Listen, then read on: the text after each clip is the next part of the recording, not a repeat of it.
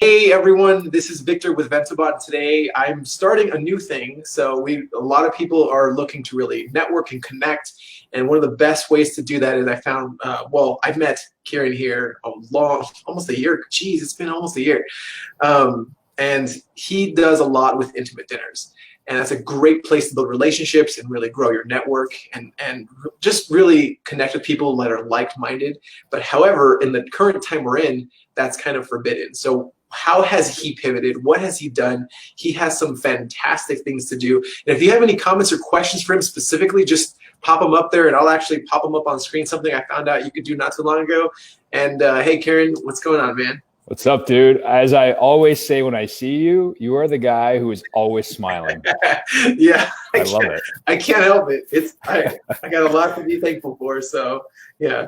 Thanks for having me, dude. This is gonna be awesome. Yeah, for sure. So again, like I mentioned, if you have any questions specifically for Karan, how he's hosting like virtual dinners, I know that's like one of the things I saw him talking about recently. And I'm just curious, like, what are you doing now that we can't really gather and host like intimate dinners with like groups of 10 or 20 like that? So, man, we can take this conversation so many different ways. First of all, everyone is working from home right now for the most part. Let's say like everyone I know is working from home. The most essential businesses are shut down. Everyone is in a state of either panic or chaos or uncertainty. And we still want to hang out with friends. We still want to talk to our customers and our prospects. Just the way we do it now has shifted a little bit. The one thing that kind of works to any business's advantage right now, especially any online business, is that screen time has gone up tremendously. Yeah. So everybody's on their phone more. They're looking at the news. They're consuming more content than ever before. So as long as your content resonates, it's very easy to stand out in a sea of marketing and just focus on the thing that, again, that I've always said is fundamental to any business, which is the relationships that it's built on. Now, I've been hosting physical dinners for over 3 years, and my world kind of turned upside down a couple of weeks ago when my city decided to shut down and be on isolation. So I actually had to cancel my first ever dinner in 3 years. I canceled my first ever in-person dinner. And at the time when I canceled it, I didn't really think much of it. And then the next day when I woke up, I was like, oh my God, I just canceled my first ever commitment in 3 years. This is real. Like, it took me about a day for it to actually hit me. So like any person, I let that day kind of consume me. I let the media consume me. I was not in a good headspace. I didn't sleep well. And it just kind of took over my entire world until I started talking to my friends and my network and my business friends. And I just took a breath and said, listen, okay, I've got two options now. I can complain and I can feel sorry for myself and I can stay stuck, or I can pivot as much as I can, control the things that I can control, and do what naturally makes sense to me, which is let's just move these events or dinners online. So I've now hosted online virtual dinners, which has actually given me insane opportunity to connect with people who I would have never had a chance to connect with before. So my first dinner, there was people from like all over this city that I live in, from Montreal, from the US, somebody from the Philippines had signed up. So it's really opened up the doors, given that, Zoom is like the most downloaded app right now. And everyone's Zoom stock has gone up and everyone's just consuming more time on Zoom. So for me, it took about a day for me to be like, okay, dude, shake out of this. And how can you connect people virtually now?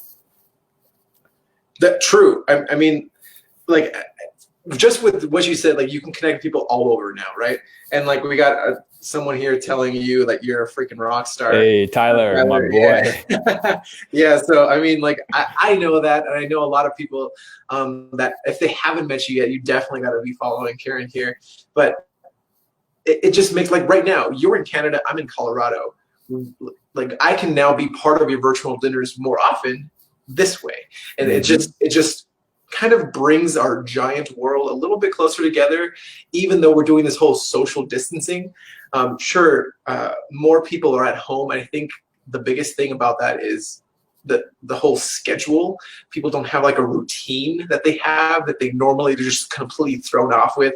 But for sure, that definitely having some place to gather. And right now, I know there's so many like online summits going on and people talking about things to do. It's almost, I feel that we're getting to a point where it's almost overwhelming, and it's going to get to a point where like we're just kind of looking similar to what you're doing, a place to kind of just hang out with people that are friends. Like 30 minutes ago, my wife, daughter, and the people that they generally have, like the other parent friends that we have that generally have play dates with that we can't do right now, had a virtual Zoom play date. You know, like the girls had a tea party and stuff like that. But that's kind of, I feel, where we're going to start moving towards in the next few weeks, just because we still want, like, not just business. We want, like, we're people too. We have other parts of us that really are part of our lives. And for sure, I'd love to know more of how you really, I guess, really what you're doing in these virtual dinners. Are people like sitting down there on Zoom with their plates, kind of eating, or what's kind of happening there?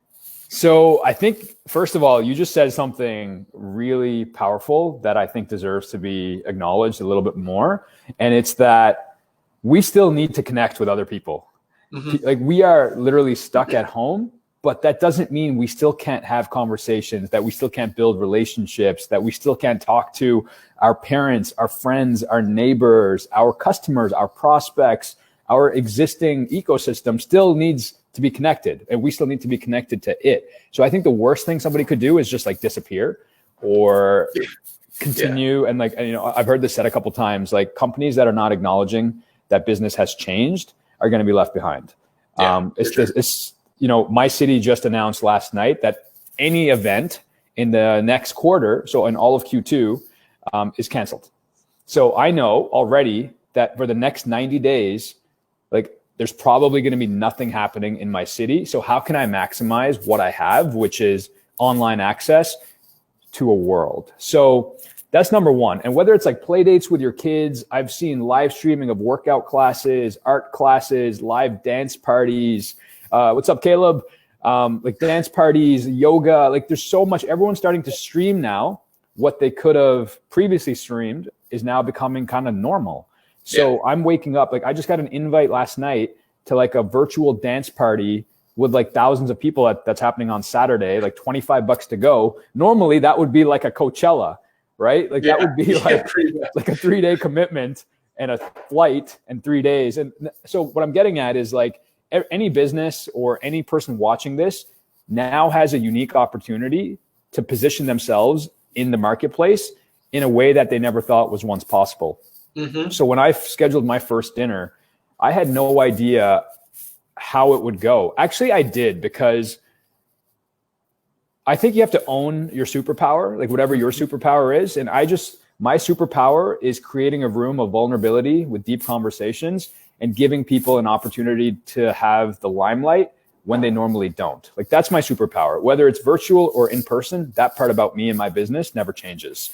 So now what I've been able to do is bring people, again, from different cities, different entrepreneurs, different business owners who would have never, ever had an opportunity to meet in my existing life, now are becoming friends because the dinner has just become a virtual hub in the form of Zoom. So the dinners that I've hosted to date have still had between 6 and 10 people, again, from all over. Some people are actually eating, which I love. Like, some people are eating on the call. We do it like a gallery view, so we can do like a nice group photo, like a cheers. So like we're still getting that interaction. I think the biggest thing is that regardless of if it's in person or if it's online, is creating that expectation up front as to what people are going to expect. And when you set the expectation that, like, this is a very confidential night, the conversations are going to get deep. You might want to cry. It's going to get super fucking intimate and vulnerable. And that's okay. Encouraged. When you create that context and you set that container, people step out of what they think is the norm and step into a world that they've never had exposure in before. So again, replicating that online is no different, except now people are doing it at their homes and I don't have to clean a bunch of dishes. Yeah, that's true. I love it. There's always I like how you added that silver lining there. It's like, I don't have to wash all these dishes now. Yeah. But I completely agree. Like, one of the things for us that's definitely impacted us, and they'll fish about this, out to our gymnastics gym that my daughter goes to, and I eventually want my younger, like our new 3-month-old to go to. like they're closed right now indefinitely, and it sounds like nothing's going to open again until like June or July, and that's a long time for a physical business like brick and mortar to close like that. But what have they done? They started to get creative. They started to get pivot and really start to utilize their field. Otherwise, would probably never do anything with. Really. They started doing live every day at 4 for the little ones to really do something activity wise, led by one of the coaches that they have there. And you know, they don't have like the ropes to climb and the bars to flip over and stuff like that, but they are getting creative with how they can keep those kids active, and I love that. I actually reached out. I was like, hey, why don't you guys start a Facebook group and advertise? You can go live from your page, share to the group, and all the paying members can get like specific access to you guys. And then, you know, you could always advertise to get new people like the people in your group. And there's just like a lot of things that I talked about with them. But I was like, my selfish reason for helping them right now is because I want them to stay open. I want that. Like, I love what they provide to the community. And when we found them, I was like, these are just fantastic people. And exactly just that, like businesses that aren't pivoting, aren't getting creative, are going to be left behind, because this is the new normal right now, right? So we want to make sure that we can create relationships and have interactions with people as normal as it used to be, just now into this wherever we are right now. So yeah, like, dude, and I'm seeing that across the board everywhere, right? Every business that once relied on foot traffic is now thinking about things that they potentially, and I hate to say this, but they potentially should have been thinking about always. But again, you know, we've now ventured into like unnavigated waters. So we don't know what the day looks like. And I feel like businesses right now are taking it one day at a time. We're hearing new updates from the government, new updates from grants and loans, and everyone's kind of taking it one day at a time. And any business, again, that relied on foot traffic now is trying to pivot and innovate. And I've seen gyms here offer online workout classes for $5. I've seen yoga for like pay what you can. So I'm seeing restaurants go into like delivery only. Brandy this morning talked about how this coffee shop around the corner has like a contactless system set up right now where you order on one side of the restaurant outside and then you pick up your coffee on the other side. So businesses that are still relying on foot traffic are starting to go online a bit. And I think there's no better way to like pivot in that direction, in terms of like, you can still offer live stream classes. You can still teach people how to cook. You can ask, you know, what I would love to see a restaurant do is like, I've got a cabinet full of beans and consumables right now. And like, how do I make that food look sexy? Like, how can I cook something sexy out of beans and pasta and spinach? Right. So if somebody was to offer like innovative, like, so like, again, I think every business has their own unique opportunity to do that. Yeah, no, that's funny you mentioned that, because that's I love, personally, my wife and I love cooking. We hardly ever go out to restaurants anyway, but now we're in the mindset of like, okay, how can we keep the ones that we do go out to when we decide to go out open? Like, what can we do to support them right now? You know, so we're like, all right, so maybe this week we'll order from that local barbecue place because we love going there when like in-laws come in town, or that Italian restaurant. But exactly, like, if they were to really think about like what can they do, like show us behind the scenes. Like, they're, like you mentioned, they're chefs can like create a quick Facebook Live of like in the kitchen type of deal and like cook with me or whatever, right?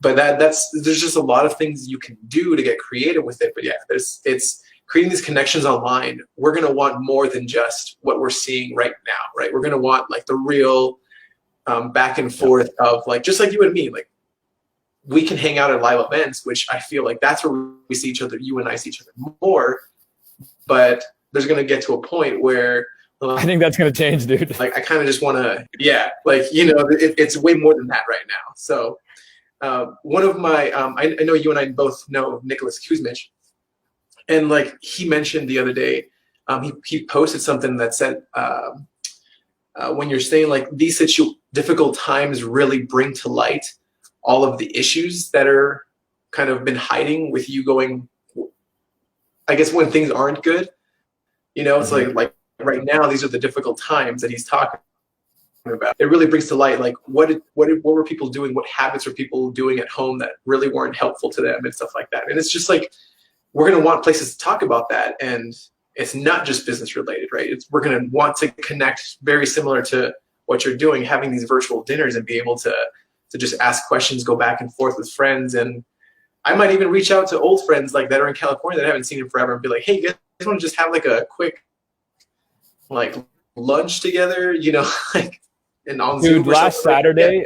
I played online board games with a group of friends who I like almost never see. They live in my city, and I still don't see them because I'm so consumed just by my own world. Yeah. And I cannot tell you if I would have ever predicted playing board games online with my friends anytime soon. Like this, and it was so much fun. Like it was so much fun because I've been isolated at home for about 14 to 20 days, and just seeing them over Zoom, like friends that I would go hang out with, and playing board games was so much fun. But again, I feel like, and I don't feel like things are going to go back to the way they were even, you know, like No. Obviously events and public gatherings are either postponed or canceled right now. But even when that ban gets lifted or things get back to normal, like I don't think it's ever going to be the same normal. I feel like we've taken for granted a lot of life, and now we see how amazing freedom actually feels. That 15-minute walk in the morning when you're walking your dog, or that 15 minutes at night when you're out. It's like those moments right now are so valuable. And you're right, dude. There's so much that was on everyone's list that no longer matters. And it's amazing what you can do with so little when your back is up against a wall. Yeah. Yeah. It's like for a few weeks ago, we had, right before we had like the Colorado Safer in-laws come in. They were going to come in for spring break, go to Grand Canyon.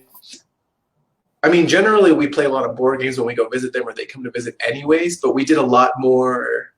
I don't know, something about like the whole, you have to stay at home now. It's mandated, kind of creates a different mindset around like, oh man, I wish I could stay home. I wish I could do this. It's like, oh, well now you have to. And it creates this like, all right, what to do. And it's this whole social thing online. People, I feel like we're going to see in a couple of weeks, like a dip in online consumption and more like offline interaction with what we have and the people around us now. And then it'll kind of go back up again. But I agree. Like there's definitely a lot of things that are changing right now. And once this is all over, things aren't going to be the same. We're going to really pay attention to what we like ourselves, what's important to us, and really start doing things like that again. But dude, I also think that in spite of all of this, and listen, man, there's chaos, there's uncertainty, there's panic, there's businesses pivoting, there's people being laid off, there's people who are unable to leave their homes. Like there's a lot of stuff going on. With all of that being said, there has also never been a better time to invest in the relationships around you. Yeah. And whether these are old ties, whether they're new ties, whether they're people that were once acquaintances that are now friends, whether there's now friends that are actually turned into like maybe customers, or like, it doesn't even matter what the term is: customer, prospect, friend, family, grandma, dad, mom, sister. Like that doesn't matter. All relationships right now deserve more attention than ever before, even if it's as simple as a check-in. Hey, how are you doing? I know we haven't talked in like 6 months, but like, how are you? Just wanted to check in. And again, like I do not see this changing anytime soon. And even when things change, man, I really don't think they're going to go back. Like I feel so personally and mentally and physically different than I did March 1st, just because of everything that's happened. Yeah. And I can only imagine how I'm going to feel May 1st, another month from now. Right? Like not going back, it's going forward in a completely different way. So again, there's never been a better time to invest in those around you. That's true. I completely agree. Like, so I guess if we wanted to just start really getting these virtual dinners going and like really reaching out, because I talked about, I was like, I should reach out to friends in California. I was like, I didn't think about to like right now we were having this conversation. And I'm going to do that right after this. I'm going to be like, I'm going to reach out to those guys, text them and be like, hey, it's been like years since we've talked. And how would one go about creating something like that? So I'm going to tell you exactly how you can schedule your first dinner and have it up and running and actually have the dinner in 48 hours from right now. So whether you're watching this on a Wednesday or on a Thursday, on a Friday or a Sunday, whenever you're watching this, those that are watching the replay, if you're committed to hosting your own virtual dinner in the next 48 hours, in the next 7 days, just type the word dinner. And that way Victor and I will know that, okay, this is a person who's serious about this. And I'm going to walk through, dude, 5 very simple steps that are easy and they're free. Step number 1, get a Zoom account. Now here's where I'm lying, because you do need the paid Zoom account, because the free one has a 40-minute limit. Yeah. So I would upgrade that. So, okay, I did lie on the first one. So get a Zoom account, whether it's Zoom, whether it's this StreamYard, whether it's Skype, Google Hangouts even. Google Hangouts is free, I think. Yeah, it is. Step 1. That's 20% right there of your dinner you have already got done in 5 seconds. Step 2, you're going to invite 4 people. You're going to invite 2 people who you know really well. Maybe they're friends, maybe they're business partners, maybe they're customers, whatever. Invite 2 people who you know and say, hey, I'm hosting this dinner. And then also invite 2 people you don't know, or people that you want to go deeper with, 2 people you want to connect deeper with on a relationship level. That way, your first dinner, you already know 2 people and you don't know the other 2. So it's going to feel like you already know 60% of the room. Like you plus 2 and then 2 newbies. Like you're going to feel so comfortable hosting a dinner when you already know 60% of the room. And here's how you go about inviting these people. Again, find them on Facebook or LinkedIn or Instagram, whatever your platform is. Step 3 is you send them an email, or you can step it up a notch by sending them a video, a personal email, a personal video. And here is, you know, we talk about nine-word emails all the time. So Victor, I think you're going to love this. You're going to love this. Hey, Victor, I'm hosting a dinner with a group of blank, business owners, entrepreneurs, actors, people that love to paint, on date, June 2nd, April 3rd. Interested? Question mark. Sign your name. That's the email script that I've used over 150 times. And it's 9 words. And people sometimes look for a complicated way, or they talk themselves out of ideas because like, oh, this will never work. Like, the human language is so simple sometimes, right? Like, how can you make your message so simple that people will never misunderstand it? Hey, Victor, I'm hosting a dinner with a group of blank on this date. Interested? Full stop. Don't send any more details, because right now you're just looking for that micro commitment. You're looking for a yes, I'm interested, or no, I'm not interested. Either way, you know, and you're not guessing. Yeah. Separate the decision from the details, right? So that's step 3 of the 5. You're already 60% done, and you haven't even hosted your dinner yet. Yeah. Right? You're already I'm like taking notes. I'm like, all right. Dude, step 4 is the actual dinner itself. And I mean, we can go multi-step, like this is a science and an art, but I'm giving you like the quickest way to host your first dinner in 48 hours or less. Step 4, when they show up, so everyone logs into Zoom, here's how you structure the night. Very simply, again, 4 simple ways to structure the entire night. Thank them for coming. Okay. Number 1, thank them for coming. Acknowledge them for taking time out of their busy day to join you, because it takes time. They're leaving. I mean, they could be at home doing the dishes. They could be at home they could be doing a bunch of different things, but they're at home and their time with you. Step 2, just tell them the context of why you invited them and that you'd like to build deeper relationships with them. That's it. Just set the context, set the stage. And then here's how you structure the conversation. And you just have everyone go around the table and you ask them very simply to share their biggest win in the last 60 days. And again, it doesn't matter what state the world is in. Everyone has their own internal wins, and they're not always work related, right? So ask them, hey, what's been your biggest personal win in the last 60 days, in the last 90 days, in 2020? Like, you pick a framework. I'm just literally giving you the exact scripts that I use. Like, what's your biggest personal win in the last 60 days? Have everyone do that. So if 6 people do that, or 5 people, that will take 60 minutes. Like, you don't need to fill space, right? Because the conversation is going to just take a life of its own. Yeah, that makes sense. People are going to ask, oh, tell me more. Yeah, I guess. Exactly. So you just nailed it. And the way I kind of plant that seed is that, hey guys, I want everyone to share their biggest win. Here's the only caveat, is that somebody else has to ask a follow-up question. Okay. Nice. And then Okay. I don't go on to the next person until that follow-up question has been asked. So you get everyone to share their wins. That's the first 60 minutes knocked out of the park right then and there.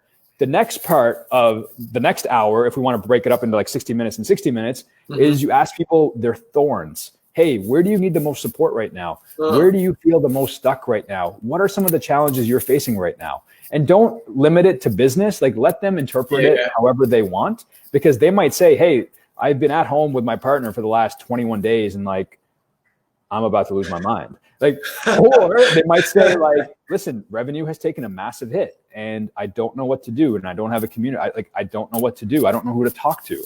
Right. Like, this is where things get interesting, because the thorn and the obstacles, their fears that they have come up. That creates a very vulnerable environment, which gives you and them a very safe space to talk about conversations that they don't get to have anywhere else, whether it's online or in person. Because conversations like this that go deep, that go vulnerable, that get intimate, are conversations we all want to have, but we're afraid of having out of fear of judgment, out of fear of looking like a failure. Exactly. Yeah, that makes sense. And then once that hour is done, like, that's a 2-hour kick-ass dinner. And then you just get a group photo where you literally either take a screenshot from your laptop or you take out your cell phone, get everyone to cheers on the screen, either with their bowl or with their glass. You take a photo and then you share it on social media. I just did my first virtual dinner. Now that's 80%. The other 20%, awesome. The other 20% is the next day. And this is so simple. You just follow up with all of them next day over email, copy them all on your email and say, here's the group photo from last night. Thank you, everyone. As a recap, here's everyone's roses. Here's everyone's thorns.